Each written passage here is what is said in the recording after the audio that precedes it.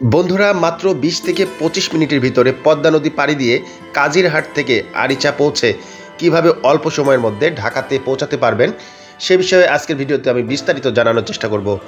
সুমনস ব্লগের আরো একটি নতুন ভিডিওতে আপনাদেরকে স্বাগত জানাচ্ছি।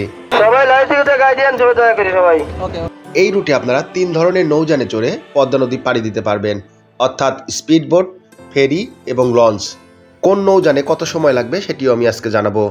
বন্ধুরা আপনারা দেখতে পাচ্ছেন আমি এই মুহূর্তে অবস্থান করছি পাবনার কাজিরহাট নৌবন্দরে। এটা পাবনা জেলার আমিনপুর থানার মধ্যে পড়েছে। পাবনা সদর উপজেলা থেকে যে কোনোভাবে আপনারা এখানে আসতে পারেন, সিএনজিতে আসতে পারেন অথবা বাস যোগে আসতে পারেন। 1 থেকে 1.5 ঘন্টা এর আশেপাশে সময় লাগবে।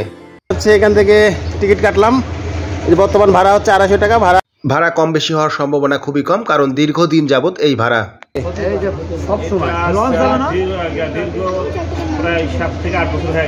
আচ্ছা, এরকম চলতে থাকবে। আচ্ছা, 250 টাকা ভাড়া চলতে থাকবে ওনারা বলছে। ধন্যবাদ। তো আপনারা দেখতে পেলেন আমি যে এখান থেকে টিকিট কাটলাম, 250 টাকা নিল টিকিটের ভাড়া। আমি এখন ফেরিতে উঠবো আর কি। তাড়াহুড়া করতে যেয়ে আমার জানা ছিল না এটা কিসের টিকিট কাটলাম আমি। আসলে এটা ছিল স্পিড বোটের টিকিট। তো 3 ধরনের নৌযানে আপনারা কিন্তু এখানে পৌঁছাতে পারবেন, আমি আগেই বলেছি আপনাদেরকে।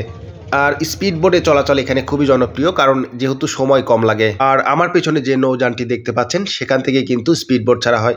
প্রিয় দর্শক, আপনারা যারা পাবনা জেলার বাসিন্দা অথবা আশেপাশের জেলার বাসিন্দা তাদের জন্য কিন্তু এই যে রুটটা খুবই জনপ্রিয়, কারণ এই রুটের মাধ্যমে খুব কম সময়ে ঢাকা থেকে পাবনা আসা যায় এবং পাবনা থেকে ঢাকা চলাচল করা যায়। এছাড়া উত্তর অঞ্চলে যারা আছেন তারাও কিন্তু খুব সহজে এই রুট দিয়ে চলাচল করতে পারবেন। তো আমি এখন স্পিড বোটে উঠব এবং যাত্রাপথে কোথায় কত টাকা ভাড়া লাগছে এবং কত সময় লাগছে সে বিষয়ে আমি আপনাদেরকে আপডেট দেওয়ার চেষ্টা করব। বন্ধুরা, ভিডিওর এ পর্যায়ে এসে ভিডিওটি ভালো লাগলে অবশ্যই ভিডিওতে একটি লাইক দিবেন এবং কমেন্টস করে আমাদেরকে উৎসাহিত করবেন। বন্ধুরা, এই রুটে চলাচলের ক্ষেত্রে অবশ্যই কিছু সতর্কতা অবলম্বন করতে হবে। সেটা হচ্ছে, আপনাদের সাথে যদি কোনো শিশু বাচ্চা থাকে যারা সাঁতার জানে না, তাদেরকে নিয়ে আপনারা এই রুটে সফর না করাই ভালো। এছাড়া যারা সাঁতার জানেন না তারা এই রুটে আমার মনে হয় না যে চলাচল করলে তাদের জন্য খুব বেশি ভালো হবে, কারণ নদীপথ তো বলা যায় না কখন কি দুর্ঘটনা ঘটে। আর বর্ষা মৌসুমে যেহেতু নদী খুব উত্তাল থাকে, বর্ষা মৌসুমে এই রুটে আপনারা সতর্কতার সহিত চলাফেরা করবেন। তো আপনারা দেখতে পাচ্ছেন আমি কিন্তু লাইফ জ্যাকেট পরে নিয়েছি, আর আমি যে স্পিড বোটে উঠেছি এটা কিন্তু এখনই কিন্তু এটা ছেড়ে দিবে। তো প্রিয় দর্শক, আমরা সৃষ্টিকর্তাকে স্মরণ করে যাত্রা শুরু করলাম। আমাদের এই যাত্রাপথে যা যা দৃশ্য দেখা যায় সেগুলো আমি আপনাদেরকে দেখানোর চেষ্টা করব।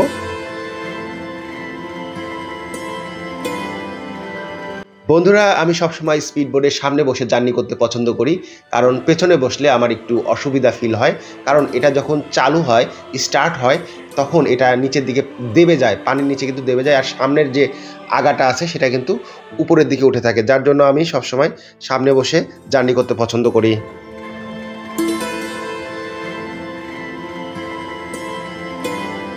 আর ইনি হচ্ছে আমাদের স্পিড বোটের সেই দক্ষ পাইলট, যিনি আমাদেরকে খুব ভালোভাবে পৌঁছে দিয়েছিলেন। আর আমাদের সময় লেগেছিল 25 মিনিট। আর আপনারা যদি লঞ্চে পার হন তাহলে 1 থেকে 1.5 ঘন্টার মতো সময় লাগবে। আর যদি ফেরিতে পার হতে চান, ফেরিতেও পার হতে পারবেন আপনারা। সেই সাথে আপনাদের সাথে যদি কোনো যানবাহন থাকে, অর্থাৎ ট্রাক, বাস, প্রাইভেট কার, মোটরসাইকেল, এগুলো নিয়েও কিন্তু আপনারা ফেরিতে পার হতে পারবেন। তো বন্ধুরা, আমরা কিন্তু আরিচা প্রান্তের খুব কাছাকাছি চলে এসেছি, যার জন্য স্পিড বোটের গতি কিন্তু খুব কমে এসেছে। আর আমি আপনাদেরকে গুরুত্বপূর্ণ একটি তথ্য শেয়ার করতে চাই, সেটা হচ্ছে আরিচা পড়েছে হচ্ছে ঢাকা বিভাগের মানিকগঞ্জ জেলার ভিতরে। আর আপনারা যখন এখান থেকে ঢাকার উদ্দেশ্যে রওনা হবেন, আপনারা সাভার হয়ে গাবতলী হয়ে ঢাকা শহরে প্রবেশ করতে হবে। আর অন্য রুট আছে কিনা এটা আমার জানা নাই, তবে আমি এই রুট দিয়ে চলাচল করেছি।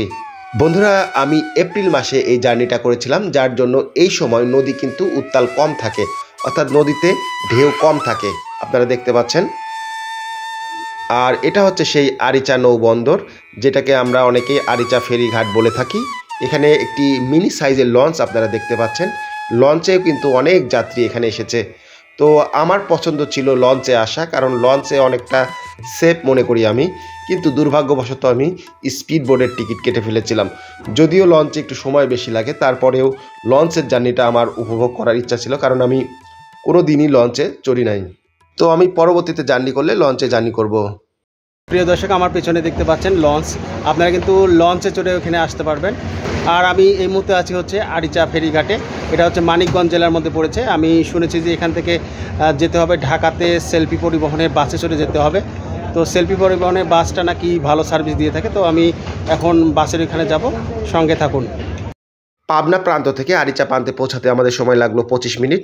আর এখন আমি যাব সেলফি পরিবহনের বাসের উদ্দেশ্যে, যেহেতু এটা আমার চয়েস। আর এখন যেতে হবে অটোতে চড়ে। অটোতে 20 মিনিট যাওয়ার পরে কিন্তু আপনারা সেই সেলফি স্ট্যান্ডে পৌঁছাতে পারবেন। অটো ভাড়া নর্মাল সময়ে 10 টাকা, এবং ঈদের টাইমে যেহেতু আমি জার্নি করছি সেহেতু 20 টাকা নিয়েছিল আমার কাছ থেকে। এখানে যে বাসগুলো থাকে এগুলোতে আপনারা যাবেন না। এখান থেকে ঢাকা গাবতলীর দূরত্ব 65 কিলোমিটার এবং মানিকগঞ্জের দূরত্ব 26 কিলোমিটার। তো এখন আমি সেলফি পরিবহনের স্ট্যান্ডে চলে এসেছি। এখন আমি বাসে উঠব। তো বাসের ভাড়া আমার কাছ থেকে নিয়েছিল 200 টাকা। বন্ধুরা, ভিডিওর এই পর্যায়ে এসে ভিডিওটি যদি ভালো লেগে থাকে অবশ্যই ভিডিওতে লাইক এবং কমেন্টস করবেন এবং চ্যানেলটি সাবস্ক্রাইব করবেন। আর এখান থেকে ঢাকা গাবতলী পৌঁছাতে আপনাদের সময় লাগবে 1.5 ঘন্টা, যদি কোনো ধরনের জ্যাম না থাকে। আর আমরা সাভারের ভিতর দিয়ে প্রবেশ করেছিলাম। আগামী ভিডিওতে দেখা হবে, কথা হবে। সবাই ভালো থাকবেন।